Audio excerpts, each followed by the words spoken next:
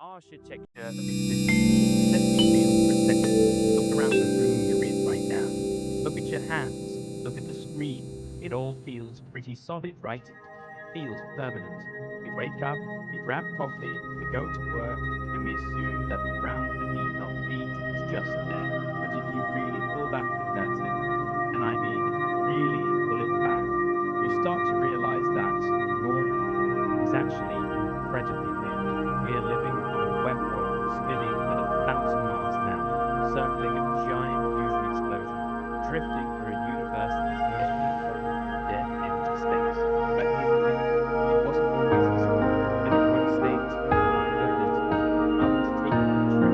We're going to rewind the clock all the way back to the beginning before the stars and all the galaxies, and then we're going to fast forward to the very next episode. We're going to look at the weird stuff in history, the stuff that textbooks usually gloss over. So, get comfortable. Turn down the lights. Let's talk about the architecture of existence. The architecture of the most engineered universe is this violent, primary explosion. The Big Bang, right? Loud, hot, chaotic. But there was a moment, shortly after the dust settled, cosmologists called dark ages. And that's how the universe was actually made. Imagine a time when the universe started completely. No suns, no planets, just emptiness. Then boom. But here's the mind-bending part. It wasn't all dark. If you teleported back to that era, roughly 15 million years after the Big Bang, what would freeze to death? The Earth. You would need a spacesuit to live. One time, before everything changed, to be honest, what was one peaceful, calm temperature? None. The universe then feels like a screaming, silent explosion all together. The Big Bang, the Big, it created everything that we know. Space, humans, existing, breathing, breathing.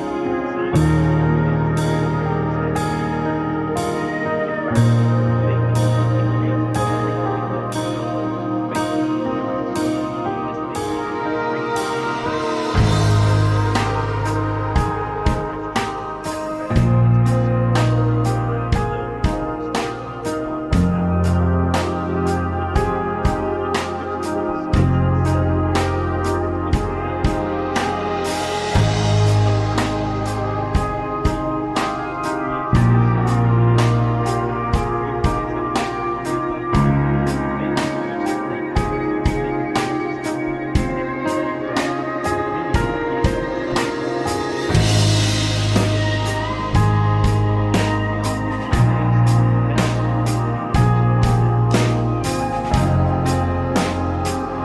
just blink and something crazy starts. Everything goes dark. Millions of years of light disappear. Where did it all come from?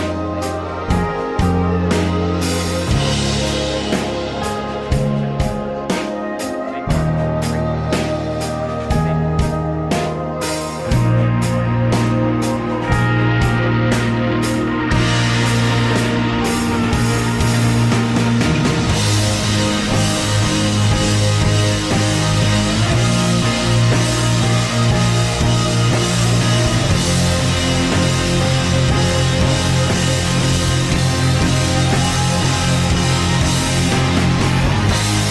particles, particles accumulate particles. Big Bang created everything. Big Bang created us. Big Bang created everything. Big Bang created fire that isn't couch, all that good stuff was trapped inside the stomach, was locked in the vault. The life exists. That was the atomic logo. So it stopped stars. They didn't go quietly. They went supernova. They ripped themselves apart with so much force that they outshined entire galaxies. And in that explosion, they sprayed the universe with the ingredients for life. Think about that the next time you prick a finger. That red color in your blood, that's iron. And the only place in the universe where iron is forged is in the dying heart of a massive star. Collision detonates. You are literally walking around with the wreckage of a cosmic suicide pumping through your veins. We aren't just stardust, which sounded poetic but nice. We are nuclear waste. We are the leftover debris from a catastrophic explosion. The moon is a crime scene. Let's bring it closer to home. Let's talk about the moon. You look at the night, you see blue, anything. Oh, nice. Very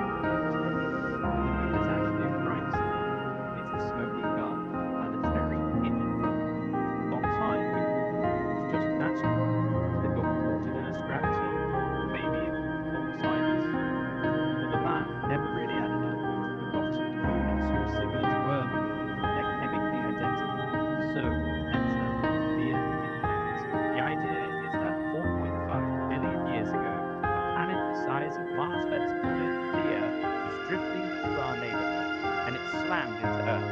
Now, when I say slammed, I don't mean a bit bent. I mean a collision so violent, almost vaporizing the planet. And this brings us to a new, terrifying concept: a celestial. Some researchers think it might just not truly burn. They think it will burn into donuts, spin slowly towards or vaporize almost naturally. Imagine Earth spherical, but a burning cloud of gas shaped like a vein, spinning violently. Inside that cloud is rain lasting for years. Slowly, moving dense out of that atmosphere. If we look inside, the vaporized ghost of our own planet. So the moon isn't left white, it's our twins, some flesh and blood, resounding final trouble that nearly erased us from history before we even started. It's simply exciting. Okay, let's talk about Saturn and that alien in space, no one can be space. And yeah, space is exactly as near as right, but it is exactly the surface of the Earth. Silent.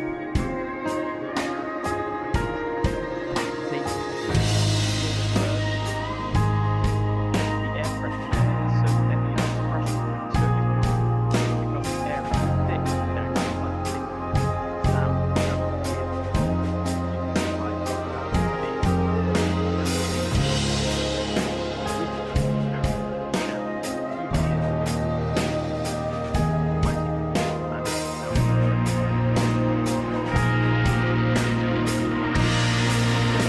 fly about space.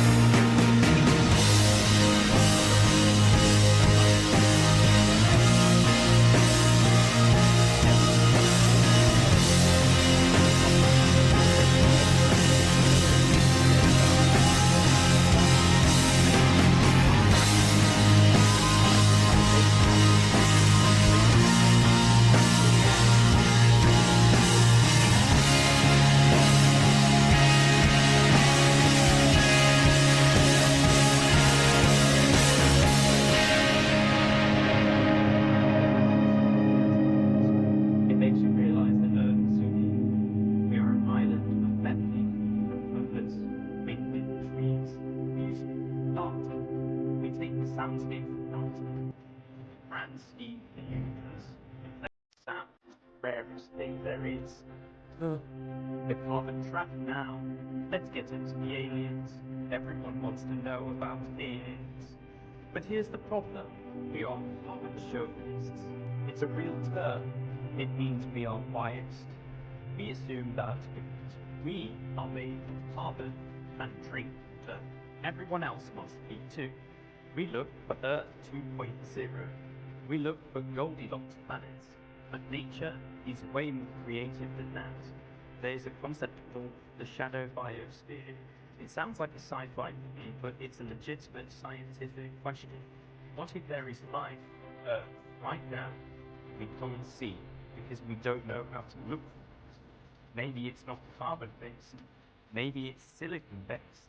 Silicon is very similar to carbon on the periodic table. It moves well.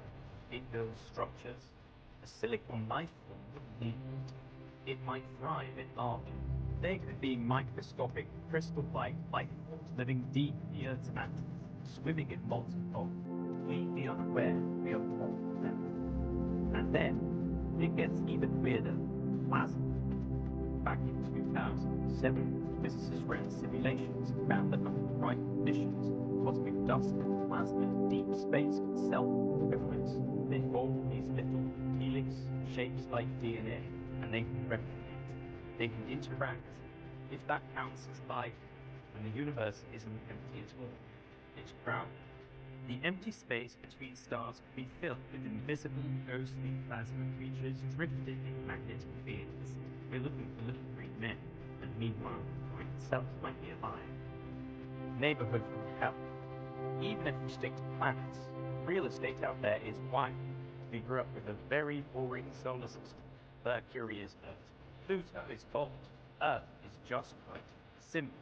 But now that we have telescopes like James Webb, we are finding that make absolutely no sense. Let's talk about iron planets. Imagine a planet that orbits a red star. Because the star is dim, the planet has to be close together. Because it's so close, it gets tightly locked. That means the same side always faces the star. So, one side of the planet is a permanent scorching desert where the sun never sets. The other side is a frozen black wasteland of eternal night. Right in the middle, there's a ring, a twilight, the terminator. On this strip of land, the sun is always setting, forever frozen on the horizon. It's the only place where water can exist as a liquid. If life exists there, it lives in a perpetual sunset. They would fear the bright side as a hellscape of fire, and the dark side as a realm of death. Their entire reality would be a thin grey line. Or how about what 12B? This planet is so close to its star that gravity is ripping it apart. It's not a sphere anymore. It's shaped like an egg, and because it's carbon rich and under intense pressure, scientists think it might be a diamond. A diamond the size of a planet being slowly eaten by a star. And then there are the pie shivers. These are the ones that keep astrobiologists up at night. Imagine a planet up in the global ocean, hundreds of miles deep, wrapped in a thick hydrogen atmosphere. These oceans would be warm and dark. Life there wouldn't need eyes. It wouldn't need limbs. It could be massive leviathans floating in the deep, protected from radiation by miles of water. But here's the sad part. They would never see the stars. They would never know the universe exists. To them, the universe is just water and pressure. They could build a civilization. They could have philosophy and art. They would never develop astronomy. They're trapped in a paradox, blind to present creation. They pause. Silence. Where is everyone? So, with all these planets and all this potential, why haven't we heard anything? This is the Fermi paradox. If the universe is teeming with life, where is everyone? Why are we being left on room? Maybe we're listening to the wrong channel. We use radio waves. We look for radio signals, but radio might be primitive tech.